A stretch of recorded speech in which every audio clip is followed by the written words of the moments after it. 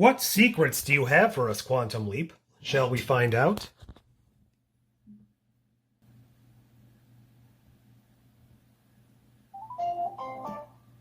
Your call cannot be completed as dialed. Please check the number and dial again. Well, crap. That went nowhere. Earthquake!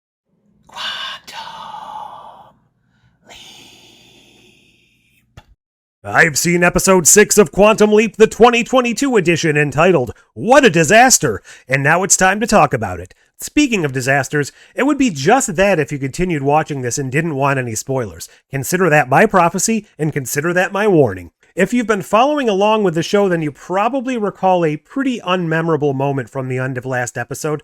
You know, the one where Ben and co learned about a possibly secondary leaper. Wouldn't fault you if you don't remember that, it was pretty minor. Well, this episode takes the ball and runs with that revelation. Something I'm absolutely loving about this show is the pace at which the mystery is actually unfolding. I think I might just be jaded by all the shows out there that think a true mystery is a season of absolutely nothing followed by a horribly disappointing reveal. Thanks a lot, J.J. Abrams. That being said, if this season ends with the mysterious second leaper being revealed as a lonely alien who cries so much that all the dilithium blows up, well, then I'll retract that JJ jab and redirect it at Alex Kurtzman. All kidding aside, the present-day storyline has really gone from being an agitating worry to a pretty standout aspect of the show, in my opinion. I'm really saddened to see just how many people seem to be avoiding the show based purely on the initial casting sheet and the lack of Scott Bakula, at least thus far. And I know the first couple of episodes were kind of a bit shaky, but you could really say that about most shows. And if this does truly warrant another season by doing well enough, I really hope people go back and binge the season just to discover the gem that this show is turning out to be. There, now that all the people who hate this show have rage left this review, let's crack on with the episode, shall we?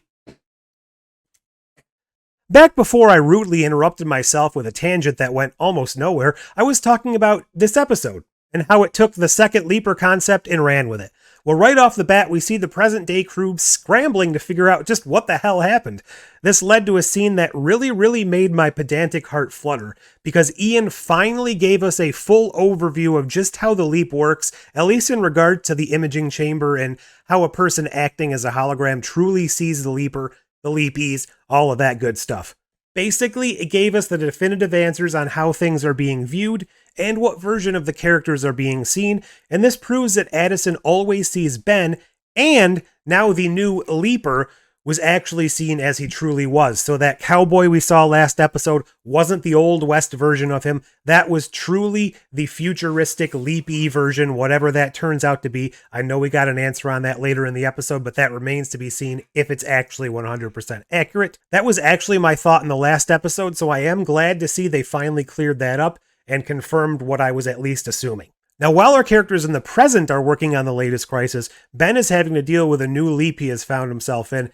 Not only is he in 1989 right before the infamous earthquake, but he is also facing down a wife who has just asked for a divorce and a missing son. I can't imagine how much nope he must have been going through being thrust into all that just immediately out of the blue, especially right after the revelation of another leaper last episode. Coupled with this whole situation, we also see Ben starting to relive his own past with a pretty damn tragic backstory, all about his relationship with his mother, a story that even Addison had never heard before, and that's an interesting tidbit as well.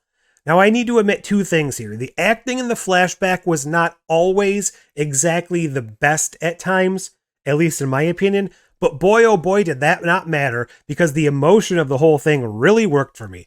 I was absolutely feeling some tears well up a couple of times and a couple occasions throughout this episode, and that reveal of Ben's mother having died after he ran out on her in a moment of anger, that really hit home and meshed very well with the whole storyline going on in the leap, especially with his determination to solve the current crisis to save the family from a similar fate to the one that he actually suffered. Not to mention that scene at the end when he realized that he was in 1989 where his mother was still alive, where he desperately tried to call her only to realize he had forgotten the number, and Addison breaks the rules, finds the number, gives it to him so he could have one last moment of interaction with his mother. These two may not have the same fun and whimsical relationship as Sam and Al, But damn it if this did not feel like something Al would have done for Sam in an episode in just a heartbeat. It really was a fantastic moment, and I think that put a nice little cherry on top of the episode. Back in the present day story, we had some great moments of character work, humor, and story progression. Ian kept trying to force the whole Leaper X moniker on the unknown new Leaper, and the fact that everyone seemed to hate it, and it eventually stuck, that worked for me as well. It was very corny, but it did work for me. And Ian cross-referencing the picture of X against every database in the country, trying to explain just how long it might take. It could take weeks because, there's trillions of pictures in all these different databases, only to have Magic sitting there being completely unimpressed, telling him to hurry it up, and it does so, just for Ian to ask, how the hell did you do that, for Magic to repeat, I'm Magic. If anything, that is one time the name Magic actually works for me, and I am glad they put something like that in the show. Once they determine who this X-Man is, they track down the guy who turns out to be a Marine who just so happens to be posted at a nearby base, but he's on leave to visit family. His name is Richard Martinez. Upon inspection, they determine that it actually can't really be him. Dun dun dun. And their new guess, that he is a leaper, just not yet. He is leaping from some point in their future from their own quantum leap program. That is a new working hypothesis. They end up wondering if their approach and interview of him might actually be what caused him to eventually join the Quantum Leap program to begin with, and I am absolutely loving that they're now starting to question their own predestination paradoxes and things like that. That's stuff that the original Quantum Leap never would have touched on because it was more of a metaphysical type of show. I know we're leaving the realm of the mostly lighthearted and unexplained aspects of the original Quantum Leap, so I really hope that people aren't tuning out because of this. But to my mind, this is a really great new aspect and something that warrants the show actually being brought back instead of just being a quick name recognition cash grab, which, let's be fair, a lot of us assumed it was going to be. The old hand link we got to see when Addison's normal model shorted out was really cool, but all that makes me think about is how we really haven't seen more of Janice since the reveal of her getting the older Quantum Leap equipment, and also, why did the hand link short out? That's a thread we haven't seen revealed yet either. Perhaps we are also meant to believe that Janice is responsible for this second leaper, but I'm not entirely sure that's the case, at least not yet, and at least not in its entirety. I think the true culprit might actually be that congresswoman we saw last episode, at least in some form. What if Magic was right about inevitably being responsible for the start of the new leaper's journey? But it's even more than that.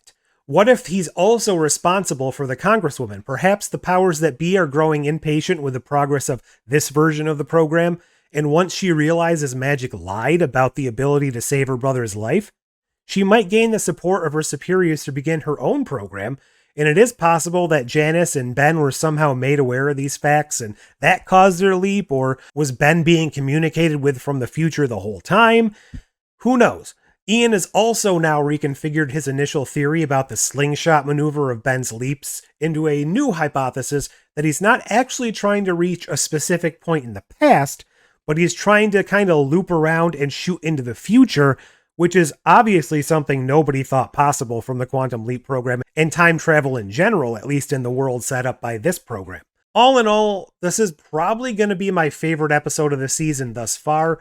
The leap itself and the overall tightness of the episode were probably not quite as good as A Decent Proposal, but this was just wildly more engaging with all the new information and character moments, and it propels the story so much further forward that I think it's a more pivotal and important episode, and that one was just more of a bit of fun. But what are your thoughts? What do you think is going on with the whole mystery, and is Ben truly who everyone thinks him to be?